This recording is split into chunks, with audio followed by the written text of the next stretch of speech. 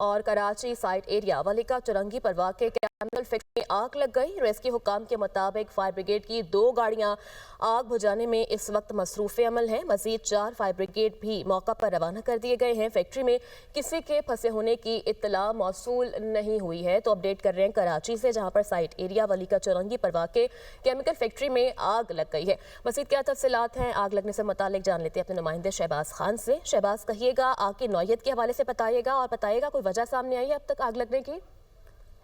जी बिल्कुल, ये site area वलीका Chowrangi के करीब केमिकल फैक्ट्री के अंदर जो है वो आग लगी।